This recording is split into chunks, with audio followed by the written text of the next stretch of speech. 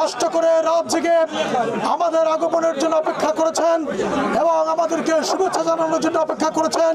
আপনাদের সবাইকে আমি আমার ব্যক্তিগত পক্ষ থেকে এবং জাতীয়তাবাদী দল গলাচিপা উপজেলা এবং পৌর বিএনপির পক্ষ থেকে আপনাদেরকে রক্তিম অভিনন্দন এবং শুভেচ্ছা জানাচ্ছি। সংগ্রামী বন্ধুরা, ইতিমধ্যেই নির্বাচন মাঠে গণনা শুরু করেছে।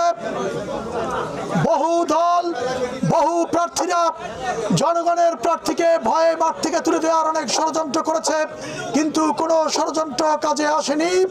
জনগণের প্রার্থী থাকবে এবং আগামী নির্বাচনে জাতীয় সংসদে জনগণের প্রতিনিধি নির্বাচিত হবে। সংগ্রামী বন্ধুরা, ইতিমধ্যেই বিভিন্ন ধরনের ষড়যন্ত্রমূলক শব্দ আপনারা শুনতে পাচ্ছেন। জিতে গেছি, ডিক্লার হয়ে গেছে, ডিক্লারের অপেক্ষায় আছে, এগুলো সব পরাজয়ের লক্ষণ। জনগণের বিজয় সুনিশ্চিত। আমি এই গলাচিপা 10 মিনার থেকে শুরু করে বাংলাদেশের মানুষের কাছে একটি উদাত্ত আহ্বান জানাবো। আগামী নির্বাচন বাংলাদেশের জাতি এবং দেশ এবং দেশের স্বাধীনতা সার্বভৌমত্বের জন্য সবচেয়ে গুরুত্বপূর্ণ নির্বাচন। এই নির্বাচন যদি জনগণের মতের অনুযায়ী, জনগণের ভোটাধিকার প্রয়োগের মাধ্যমে জনগণের সরকার প্রতিষ্ঠিত না হয়, জনগণের সংসদ সদস্যরা যদি সংসদে না যায়, এই বাংলাদেশ গভীর ষড়যন্ত্রের গহ্বরে নিয়োজিত হবে। সেখান থেকে এই বাংলাদেশকে টেনে তোলার সম্ভব হবে না। বিভিন্ন সাম্রাজ্যবাদী গোষ্ঠী, বিভিন্ন সার্বভৌমত্ব বিরোধী গোষ্ঠী ষড়যন্ত্রে লিপ্ত রয়েছে। কখন বাংলাদেশকে তারা গ্রাস করবে? একটি অবাধ এবং নিরপেক্ষ নির্বাচনের মাধ্যমে জনগণের ভোটের সরকার, জনগণের সরকার প্রতিষ্ঠিত হলেই সেই স্বাধীনতা সার্বভৌমত্ব সুরক্ষিত হবে এবং মানুষের জাতীয় নিরাপত্তা নিশ্চিত হবে। সুতরাং আমরা আপনাদেরকে অনুরোধ করব, শত বাধা বিপত্তি, ষড়যন্ত্র এবং নোংরামি সত্ত্বেও আপনারা সকল বাধা পেরিয়ে আগামী 12ই ফেব্রুয়ারি নির্বাচনে ভোট কেন্দ্রে উপস্থিত হবেন। ইতিমধ্যেই আমরা বলেছি আপনাদেরকে, আপনাদের পাশে জনগণের প্রতিনিধি হিসেবে আমরা থাকব, আমাদের নেতাকর্মীরা থাকবে। কোনো অপশক্তি, কোন গুন্ডা পান্ডা বাহিনী আপনাদেরকে ন্যূনতম স্পর্শ করতে পারবে না। যদি বাংলাদেশ জাতীয়তাবাদী দলের নেতাকর্মীদের রক্তের উপর দিয়ে আপনাদের গায়ে হাত পড়বে।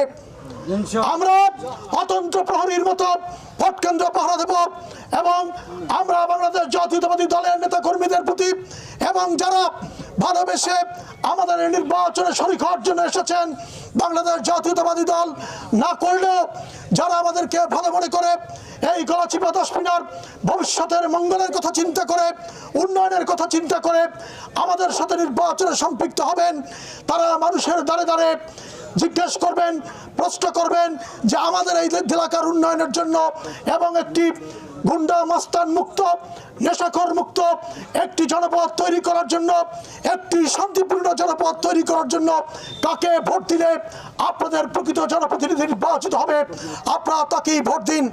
ইতিমধ্যেই সকল প্রার্থীদের আপনারা দেখেছেন, সকল দলকে দেখেছেন। আমরা বাংলাদেশ জাতীয়তাবাদী দল করলেও এবার জনগণের প্রতিনিধি হিসাবে এবং জনগণের মনোনীত প্রার্থী হিসাবে আগামী 12 তারিখের জাতীয় নির্বাচনে প্রতিদ্বন্দ্বিতা করবার সিদ্ধান্ত নিয়েছি। সেই নির্বাচনে জনগণই আমাদের প্রধান শক্তি।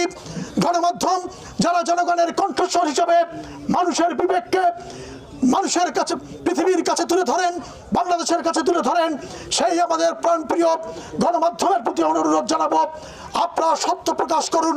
কোনো মবের কাছে, কোনো দুর্নীতিবাজের কাছে আপনারা আত্মসমর্পণ করবেন না। আপনাদের বিবেক নিশ্চিত সংবাদ আগামী নির্বাচনে এই পটুয়াখালী 3-এ জনগণের সংসদ সদস্য নির্বাচনে সহায়তা করবে।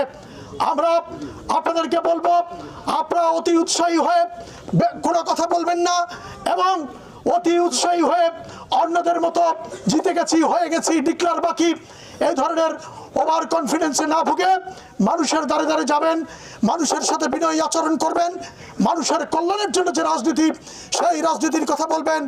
আমরা আপনাদের পাশে থেকে মানুষের দ্বারে দ্বারে যাব, মানুষের ভালোবাসা এবং মন জয় করে আগামী নির্বাচনে আমরা জিততে চাই। যদিও এখন পর্যন্ত আমাদের মার্কা আমরা পাইনি, আগামী 22 তারিখের পরে আমাদের আনুষ্ঠানিক প্রচারণা শুরু হবে। আপনাদেরকে যে সমস্ত কাজের কথা বলা হয়েছে, কেন্দ্র কমিটি গঠন, এজেন্টের তালিকাকরণ এবং এজেন্ট প্রশিক্ষণ থেকে শুরু করে সকল একাডেমিক কাজের প্রস্তুতি নিন।